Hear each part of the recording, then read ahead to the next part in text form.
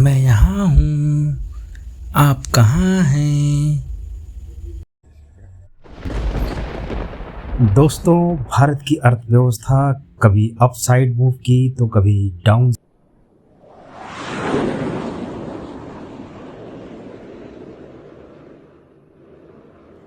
दोस्तों नमस्कार, मैं कुमार श्रवण। जैसा कि आप सभी लोग जानते हैं, तो आइए हम लोग 6 मंथ का करंट अफेयर बैंक से संबंधित हम लोग देखने का प्रयास करेंगे। उम्मीद करता हूं कि अगर आप नोट डाउन करेंगे तो इससे बाहर कोई भी क्वेश्चंस यदि बैंक से आयोग करता है तो इससे बाहर नहीं होगा। तो चलिए हम लोग पहली न्यूज़ पे लेकर के चलते हैं। विदेशों में पूंजी, देखो विदेशों में यूपीआई भुगतान की अनुमति, यहाँ पे ध्यान रखिएगा। इन द फॉरेन कंट्री में यूपीआई का नाम आपने सुना होगा। यूपीआई भुगतान की अनुमति देने वाला, भुगतान का मतलब होता है पेमेंट, देने वाला भारत की पहली फिनटेक कंपनी कौन बनी?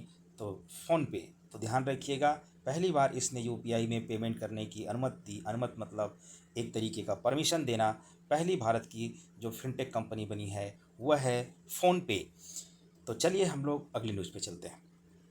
सेकंड नंबर पे देखें हम, तो पे रूपी सबसे तेज़ पेमेंट ऐप है। अब आपके दिमाग में ये आएगा कि सर कैसे है? तो आज के डेट में आप सभी लोग जानते हैं कि पे रूपी से सबसे ज़्यादा ऑनलाइन पेमेंट किया जाता है। चलिए नेक्स्ट चलते हैं। ब्रिक्स न्यू डेवलपमेंट, आपको मैं इंटरनेशनल ऑर्गेनाइजेशन पढ़ा रहा था तो उसमें बताया था ब्रिक्स पढ़ाऊंगा। तो ब्रिक्स न्यू डेवलपमेंट बैंक के नए सदस्य के रूप में किसे शामिल किया गया है, अर्थात न्यू इसके मेंबर कौन बने हैं ब्रिक्स के? तो हमने बताया था ब्रिक्स ब्रिक्स के नए सदस्य के रूप में, नए मेंबर के रूप में अगर कोई शामिल हुआ है इसमें देश, तो वह है मिस्र। मिस्र को इंग्लिश में इजिप्ट बोलते हैं। इसकी स्थापना एस्टैब्लिशमेंट 2014 में हुआ था। इसका जो हेड क्वार्टर है वो शंघाई चीन में है। वर्तमान में एट प्रेजेंट टाइप में मेंबर की संख्या 9 है और इसकी नई अध्यक्ष प्रेसिडेंट डिल्मा रूसेफ जी हैं। तो आप देख लीजिएगा, इंग्लिश और हिंदी दोनों मीडियम मैं बताने का प्रयास कर रहा हूँ। ब्राज़ील की पूर्व राष्ट्रपति रही हैं। तो चले हम लोग अगले न्यूज पे चलते हैं। आरबीआई का डेटा सेंटर, आरबीआई का डेटा सेंटर साइबर सुरक्षा, साइबर सिक्योरिटी परीक्षण संस्थान, ट्रेनिंग इंस्टीट्यूट कहाँ स्थापित किया गया, स्टाब्लिश किया गया? तो भुवनेश्वर उड़ीसा में किया गया। तो आपका ये क्वेश्चन बनने की पूरी संभावना हो सकती है। नेक्स्ट न्यूज पर हम लोग चलेंगे। NATO, north Atlantic treaty organisations. आगे मैं आपको इंटरनेशनल ऑर्गेनाइजेशन में नाटो के विषय में पढ़ाऊंगा, लेकिन फिर आप इसको देख लीजिए पहले से। 31वां मेंबर देश कौन बना इसका? तो फिनलैंड होगा। नाटो की स्थापना, इस्टाब्लिशमेंट जो हुआ है 1949 में हुआ है। इसका हेड क्वार्टर ब्रुसेल्स बेल्जियम है। नेक्स्ट, हमने आपको आज बताया था क्लास में एससीओ के बारे में पढ़ाऊंगा। इसको संघाई कारपोरेशन ऑर्गेनाइजेशन बोलते हैं। देशों के राष्ट्रीय सुरक्षा, नेशनल सिक्योरिटी सलाहकार जो बने हैं, एडवाइज़र की बैठक हुई। कहाँ बैठक हुई है? तो नई दिल्ली में अभी इसकी बैठक हुई है, कॉन्फ्रेंस हुआ है। Next, FDI, foreign direct investment अंतर प्रवाह मतलब इनसाइट, भारत की रैंक जो है वो है 8। G20 वैश्विक खाद्य इंटरनेशनल फूड रेगुलेटरी शिखर सम्मेलन, कॉन्फ्रेंस कहाँ हुआ? तो नई दिल्ली में हुआ है। G20 की 2024 में जो अध्यक्षता करेगा, प्रेसिडेंस जो इसका रहेगा वो कौन रहेगा? तो ब्राज़ील रहेगा। बिमस्टेक के विषय में आज हमने बताया था। बिमस्टेक याद होगा सभी लोगों को। बिमस्टेक के महासचिव, सेक्रेटरी बने हैं इंद्रमणि पांडे जी, और ये 2024 में। ध्यान रखिएगा, ये करंट अफेयर बहुत ही इंपॉर्टेंट करंट अफेयर है। नेक्स्ट, एशियाई विकास डेवलपमेंट बैंक, मैं इसे पढ़ाऊंगा पूरा डिटेल। एशियाई डेवलपमेंट बैंक जलवायु परिवर्तन, climate changes and health centre establish करेगा। कहाँ पे स्टैब्लिश करेगा? तो दिल्ली में स्टैब्लिश करेगा। नेक्स्ट, विश्व बैंक द्वारा, वर्ल्ड बैंक जैसा कि मैंने पढ़ाया है आप लोगों को है, वर्ल्ड बैंक में प्रवासन मतलब माइग्रेशन एंड डेवलपमेंट रिपोर्ट 2023 के अकॉर्डिंग रेमिटेंस प्राप्ति के मामले में आप जानते हैं कि विदेशों से जो पैसा आता है उसको रेमिटेंस बोला जाता है। भारत का जो स्थान रहा है वो फर्स्ट स्थान रहा है, फर्स्ट रैंक पर भारत रहा है। नेक्स्ट, भारतीय state bank SBI, state bank of India ने किस देश में अपनी पहली शाखा, नई शाखा खोली है। नई शाखा का मीन्स न्यू ब्रांच खोला है, वो है श्रीलंका में। नेक्स्ट हम लोग देखते हैं राष्ट्रीय बीमा जागरूकता दिवस। तो आप देख सकते हैं नेशनल इंश्योरेंस जागरूकता। तो आप बता सकते हैं इस बात को कि अवेयरनेस डे 28 जून को मनाया जाता है। इसका मेन ऑब्जेक्टिव जो होता है जनता के बीच में, पब्लिक के बीच में बीमा से संबंधित जागरूकता, अवेयरनेस को फैलाना या बढ़ाना या उनको बताना। IRDIA फुल फॉर्म आप सभी लोग जानते होंगे। IRDIA का जो फुल फॉर्म होता है insurance regulatory development authority of India. इसके अनुसार वित्तीय वर्ष में, फाइनेंशियल वर्ष 2023 में भारतीय बीमा प्रीमियम प्रवेश सकल घरेलू उत्पाद अर्थात GDP का 4% था। टोटल GDP का 4%, जो कि वैश्विक अर्थात वैश्विक मतलब ग्लोबल लेवल पर उसका एवरेज देखें तो 6.8% से कम है। नेक्स्ट कर्नाटका विकास ग्रामीण बैंक। अब आप देखिए जरा ध्यान से, कर्नाटका विकास ग्रामीण बैंक KVGS को अटल पेंशन योजना, अटल पेंशन स्कीम, इंग्लिश में अटल पेंशन स्कीम के अंतर्गत अंडर अधिकतम नामांकन, जो मैक्सिमम आप देख सकते हैं नामांकन हुआ है, वह उसके हेतु पेंशन फंड नियामक, इसका मतलब provident fund regulatory development authority से राष्ट्रीय पुरस्कार इसको मिला है प्राइज। KVGB ने अटल पेंशन योजना मतलब स्कीम के अंतर्गत 4.27 लाख से अधिक खाते खोले हैं। तो अब आप देख सकते हैं ये बहुत ही महत्वपूर्ण करंट अफेयर है। नेक्स्ट पहली स्कीम बैंक सुविधा। अब आप देख सकते हैं स्कीम बैंक सुविधा आर्मी हॉस्पिटल में रिसर्च एंड रेफरल नई दिल्ली में एक मॉडर्न स्कीम बैंक सुविधा खोली गई है।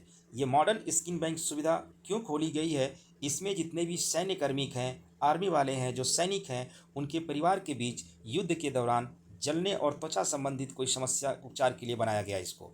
इसका मतलब ये युद्ध में यदि कोई सैनिक को चोट लग जाता है, जल जाता है, किसी प्रकार का घाव लग जाता है, तो उसके लिए आधुनिक स्कीम बैंक स्टैब्लिश किया गया है। और ये कहाँ किया गया है, तो ये दिल्ली में किया गया है। Next global centre banking award. अब आप देख सकते हैं इंग्लिश वर्ड है ग्लोबल सेंट्रल बैंकिंग अवार्ड 2024 का IRIS बिजनेस सर्विस लिमिटेड को प्रदान किया गया है। बिजनेस सर्विसेज लिमिटेड को प्रदान किया गया है। यह एक वैश्विक रेगटेक कंपनी है। नोट करना इस बात को लेकर के, इसी समारोह में वर्ष का जोखिम प्रबंधन पुरस्कार भारतीय रिजर्व बैंक को दिया गया है। इसका मतलब ग्लोबल सेंटर बैंकिंग अवार्ड किसे दिया गया है, तो आप एक लाइन में कह सकते हैं कि सर RBI को दिया गया है। नेक्स्ट सारथी 2.0 मोबाइल ऐप। अब आप देख सकते हैं सारथी 2.0 मोबाइल ऐप, ये भारतीय प्रतिभूति विनिमय बोर्ड, जिसको हम लोग सेबी कहते हैं, security exchange board of India ने निवेशकों के लिए, इन्वेस्टरों के लिए पर्सनल फाइनेंस पर यह ऐप लॉन्च किया है। पर्सनल फाइनेंस पर यह ऐप जो है कि लॉन्च किया है। सेबी का मुख्यालय जो कि मैंने बताया था मुंबई महाराष्ट्र में है। इसको 1992 में इस्टेब्लिश किया गया था। तो आप इस इंफॉर्मेशन को मैं पहले आपको बता चुका हूँ, फिर भी आप इसे नोट कर लीजिएगा। नेक्स्ट विश्व बैंक कंटेनर पोर्ट प्रदर्शन सूचकांक। तो इसे बोलते हैं कंटेनर प्रदर्शन पोर्ट प्रदर्शन इंडेक्स 2023। कहाँ पे भैया इसको, विशाखापट्टनम पोर्ट को 19वीं रैंक प्राप्त हुई है। पोर्ट को कौन सी रैंक प्राप्त हुई है, 19वीं रैंक प्राप्त हुई है। शीर्षक इसका क्या है, थीम का प्रदर्शक क्या है, प्रथम स्थान यांगसांग बंदरगाह को दिया गया जो कि चीन में लगातार 2 वर्षों से रहा है। द्वितीय स्थान सलाला बंदरगाह को जो कि यमन में है, इसको दिया गया है। मतलब इसका सूचकांक इस रैंक पर द्वितीय रैंक पर है और वहीं पे चीन में लगातार 2 वर्षों से प्रथम स्थान पर बना हुआ है। बैंक क्लिनिक वेबसाइट, एक वेबसाइट बना हुआ है जिसका नाम बैंक क्लिनिक। अब बैंक क्लिनिक का मतलब क्या होता है, इसमें जितने भी कंप्लेन आती है कंज्यूमर का, उस कंज्यूमर के कंप्लेन को सॉल्व करने का एक मंच है। इसीलिए इसे भारतीय अखिल बैंक कर्मचारी संघ कहा गया है, all India bank employment authority कहा गया है। ये मुंबई और महाराष्ट्र में लॉन्च किया गया। Is it clear. ये ग्राहकों के अधिकारों के लिए शिकायत निवारण का काम करता है, शिकायत को सेटलमेंट करने का काम करता है, जो कंप्लेन मिलती है उसको सॉल्व करने का काम करता है। नेक्स्ट अब हम लोग आगे बढ़ते हैं, समझते हैं लंका पे। अब आप देखिए लंका से श्रीलंका हो जाएगा। फ़ोन पे ने श्रीलंका में अपने उपयोगकर्ताओं के लिए, अर्थात जो लोग उपयोग करते हैं फ़ोन पे श्रीलंका के अंदर में, यूनिफाइड पेमेंट इंटरफेस यूपीआई लेन-देन की सुविधा के लिए श्रीलंका ने सेंट्रल बैंक स्वामित्व वाले श्रीलंका में लंका पे समझौता किया है। अब आप समझ सकते हैं, जो व्यक्ति अगर मान लो इंडियन है, अगर वो श्रीलंका में रहते हैं तो ज़्यादातर यूपीआई का प्रयोग करते थे। उस यूपीआई के प्रयोग को देखते हुए श्रीलंका सरकार ने लंका पे के साथ एक समझौता किया, मतलब यूपीआई के साथ समझौता किया है। उसका नाम दिया है लंका पे। नेक्स्ट, श्योरिटी बॉन्ड सीमा। एसबीआई जनरल ने बुनियादी ढांचा, बेसिक स्ट्रक्चर के लिए या उसके प्रोजेक्ट के लिए लॉन्च किया है। सेबी जनरल ने श्योरिटी बॉन्ड सीमा। अब आप देख सकते हैं बेसिक स्ट्रक्चर के लिए या इंफ्रास्ट्रक्चर के लिए जो भी प्रोजेक्ट बनाए जाएंगे उनके लिए लॉन्च किया है श्योरिटी बॉन्ड सीमा, अर्थात बॉन्ड हमने पढ़ाया था तो याद होगा बॉन्ड के विषय में। नेक्स्ट, 2000 रुपये की नोट। आरबीआई की रिपोर्ट के अनुसार आरबीआई ने कहा कि जिस समय डीमोनेटाइजेशन किया गया था, अर्थात आरबीआई ने एक रिपोर्ट दिया 97.6% 2000 के नोट बैंकिंग प्रणाली में वापस आए हैं और 2000 के नोटों को बंद करने की घोषणा 19 मई 2023 को की गई थी और इन्हें वापस बैंक में जमा करने की अंतिम तिथि 30 अप्रैल 2024 तक थी। तो आप लोग इस बात को ध्यान रखिएगा। इन्होंने बोला कि 97.76% 2000 के नोट ही वापस आए हैं।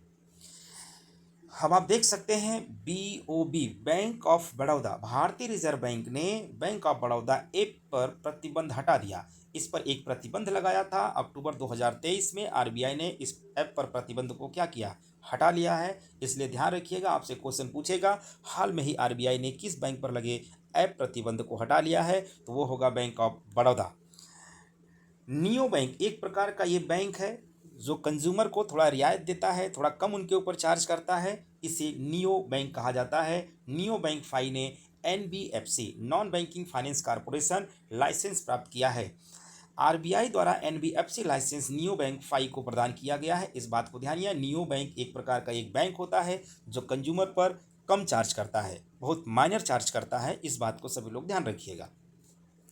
8 करोड़ रुपए की एम कैप, एम कैप मतलब मार्केट कैपिटलाइजेशन, हमने बताया था, फाइनेंशियल मार्केट पढ़ाया था, money market and capital market को पार करने वाली पांचवी भारतीय फर्म कौन सी है? ICICI. ICICI bank private bank है। प्राइवेट बैंक लिमिटेड का बाजार 8 करोड़ के आंकड़े को पार कर गया है। तो आप देख सकते हैं इसका 8 करोड़ एम कैप को पार कर चुका है आईसीआईसी बैंक। मार्केट ऐप के अनुसार भारत के मूल्यवान बैंक कौन से हैं, बहुत इंपॉर्टेंट्स बैंक कौन से हैं? एचडीएफसी, आईसीआईसी बैंक और तीसरा सेबी बैंक। तो क्रम याद रखिएगा, ये बहुत ही मार्केट कैप के अनुसार, अर्थात मार्केट कैपिटलाइजेशन के अनुसार ये बहुत ही बैंक बहुत महत्वपूर्ण हैं, जिसमें एचडीएफसी, सेबी और आईसीआईसी बैंक को शामिल किया गया है। Next, integrated pensioner portal of bank of India. तो ये बैंक ऑफ इंडिया के लिए है, एक पोर्टल लॉन्च किया होगा। कार्मिक मतलब जिसमें काम लोग करते हैं, वर्कर, उनकी शिकायतों के लिए, कंप्लेन के लिए, और पेंशन मंत्रालय के department of pensioner portal bank of India द्वारा इसे लॉन्च किया गया है। यह सभी पेंशन वितरण बैंक को पोर्टल को एकीकृत पोर्टल प्रदान करेगा, अर्थात जितने भारत में पेंशन को बांटते हैं सभी लोगों को एक यूनिफाइड के रूप में देगा, एक साथ एकीकृत करेगा पोर्टल को, एक साथ सारे पोर्टल को मर्ज कर देगा। किसी को अलग अलग पोर्टल पे काम करने की अनुमति नहीं होगी, बल्कि सारे पोर्टल को एक साथ मर्ज करेगा। इसीलिए कहा गया है integrated pensioners portal bank of India. चल, आईबीएसआई, जैसा कि आप सभी लोग जानते हैं, आईबीएसआई का फुल फॉर्म होता है international banking service intelligence. International banking service intelligent digital banking पुरस्कार 2024 को जन मतलब पब्लिक, लघु मतलब स्मॉल फाइनेंस बैंक को सम्मानित किया गया है। मतलब public small finance bank, PSU public unit के रूप में काम करती फाइनेंस बैंक के रूप में, इसको सम्मानित किया गया है, मतलब पब्लिक स्मॉल फाइनेंस बैंक को। भारत का पहला अपग्रेडेबल एटीएम लॉन्च किया गया। ये देखो बहुत महत्वपूर्ण बन सकता है आपसे क्वेश्चन। उसका नाम क्या है? हिताची पेमेंट सर्विस द्वारा। इसे किसी भी समय high performance cash recycling machine GRM में बदला जा सकता है। तो जीआरएम का मतलब क्या होता है? Grievance redress mechanism. Grievance redress mechanism में बदला जा सकता है। एशिया प्रांत में शीर्ष 50 ऋणदाताओं जो डेप्टर हैं, भारत के बैंक में कौन कौन से बैंक शामिल है जो डेप्टर के रूप में काम करते हैं, जो ऋणदाता के रूप में काम करते हैं? पहला एसबीआई, एचडीएफसी और आईसीआईसी बैंक। और यही तीनों जो है कि महत्वपूर्ण भी था, इससे पहले आपने देख चुका न्यूज, तो आप इसको ध्यान रखिएगा। लिंक इन फॉरगेट इट अभियान, तो आप समझ सकते हैं लिंक फॉर फॉरगेट इट अभियान। अभियान भी इंग्लिश वर्ड और हिंदी वर्ड भी शब्द है। रुपए द्वारा लॉन्च किया गया, इसे आईपीएल में लॉन्च किया गया था क्रेडिट कार्ड के यूपीआई को लिंक भुगतान सक्षम बनाने के लिए। इसका मतलब क्रेडिट कार्ड को किससे लिंक करने के लिए? यूपीआई से लिंक करने के लिए, ताकि आसानी के साथ आप पेमेंट कर सकें। इसके लिए रुपए लॉन्च किया गया था, जिसका नाम है लिंक इट फॉरगेट इट अभियान। Is it clear? चलिए, लक्षद्वीप शाखा खोलने वाला पहला बैंक। अब आप देख सकते हैं लक्षद्वीप में पहली ब्रांच खोलने वाला पहला निजी बैंक, प्राइवेट बैंक कौन सा है? तो एचडीएफसी ने अभी एक ब्रांच खोला है लक्षद्वीप में। नेक्स्ट, भारत में स्टार्टअप को सशक्त बनाने के लिए, इंपावर्ड करने के लिए, स्टार्टअप को इंपावर्ड करने के लिए भारत में बनाने हेतु केनरा बैंक ने आईआईटी मुंबई के साथ एक एग्रीमेंट किया है। तो इस बात को आप सभी लोग ध्यान रखिएगा, एक भी क्वेश्चन एग्जाम में बाहर नहीं होंगे। नेक्स्ट, ट्रेवल गार्ड प्लस बीमा। अब आप देख सकते हैं ट्रेवल गार्ड प्लस बीमा, Tata AIG general insurance company ने इसे लॉन्च किया है। यह एक व्यापार यात्रा बीमा उत्पादन है। तो अगर व्यापार के लिए कहीं यात्रा कर रहे हैं तो उस पर आपको एक बीमा उत्पादन दिया जाएगा, उसका नाम है ट्रेवल गार्ड प्लस बीमा। नेक्स्ट, वर्चुअल एटीएम हेतु, वर्चुअल मतलब आप जानते हैं वर्चुअल एटीएम हेतु जम्मू कश्मीर बैंक का समझौता एक हुआ है, जिसे कहते हैं पेमार्ट इंडिया से समझौता किया गया है, पेमार्ट। तो आप इस बात को, इस न्यूज को ध्यान में रखिएगा, पेमार्ट इंडिया से समझौता किया गया, वर्चुअल एटीएम है जम्मू कश्मीर बैंक का समझौता हुआ है। नेक्स्ट, भारत में क्रेडिट कार्ड की संख्या 100 मिलियन से अधिक। अब इस न्यूज को आप देखिए जरा, आरबीआई के अनुसार क्रेडिट कार्ड की संख्या 100.60 मिलियन मार्च माह में हुआ था, जो कि 2.4 मिलियन क्रेडिट कार्ड जारी कर एचडीएफसी ने अपनी अग्रणी बैंक बना है। तो सबसे ज़्यादा कौन जारी किया? एचडीएफसी बैंक ने सबसे ज़्यादा क्रेडिट कार्ड जारी किया। तो ये आपका क्वेश्चन बड़े आसानी से बन सकता है। आरबीआई @90। अब आप देखें जरा ध्यान से, भारतीय रिजर्व बैंक की स्थापना 90 वर्ष कंप्लीट हो चुके हैं। इसके उपलक्ष्य में प्रधानमंत्री नरेंद्र मोदी ने आरबीआई @90 एक प्रोग्राम समारोह रखा, उसका संबोधन भी किया। डिजिटल इंडिया ट्रस्ट एजेंसी, तो आप देखो आरबीआई ने अवैध ऋण मतलब इलीगल तरह से जो डेप्थ दिए जाने वाले ऐप्स पर रोक लगा दिया है। अभी आपने देखा होगा कि बहुत ज़्यादा फ्रॉड हो रहा था। कभी मोबाइल पे किसी ऐप के द्वारा कोई लोन ले सकता है, और लोन लेने के बाद कई बार होता था कि उस व्यक्ति को बहुत टॉर्चर करता था। कभी 5 बार अगर मान लो ऋण दे दिया तो 5 के बदले 50,000 धोखाधड़ी मांगता था, नहीं तो उसके फोटो को वायरल करता था। वो लोग मोबाइल को पूरा हैक कर लेते थे। इस कारण से कई बार बहुत ज़्यादा भारत में इसको देखते हुए ऋण मतलब डेट संबंधित बहुत ज़्यादा डेथ हुआ है लोगों ने आत्महत्या कर लिया। इस कारण से आरबीआई ने इलीगल जो ऋण देती है ऐप, उसे प्रतिबंध लगा दिया और रेस्ट्रिक्शन लगा दिया है, और एजेंसी की स्थापना भी इसके लिए कोई एक एजेंसी स्टैब्लिश करेगा। तो उम्मीद करते हैं सभी लोगों को ये मेरी बात समझ में आई है। अगर आपको बात समझ में आई है तो प्लीज़ इसको लाइक और सब्सक्राइब करें, और अगर अच्छा लगता है वीडियो तो इसको शेयर भी करें, ताकि हमारा मनोबल और भी बढ़े। ऐसी वीडियो लेके आता रहूँगा। एक बात सभी लोग ध्यान रखिएगा, इसमें 6 महीने का मुना मैंने पूरा का पूरा बैंकिंग से रिलेटेड जितना करंट अफेयर रहा है, मैं इसको कंप्लीट कर चुका हूँ। Thank you so much.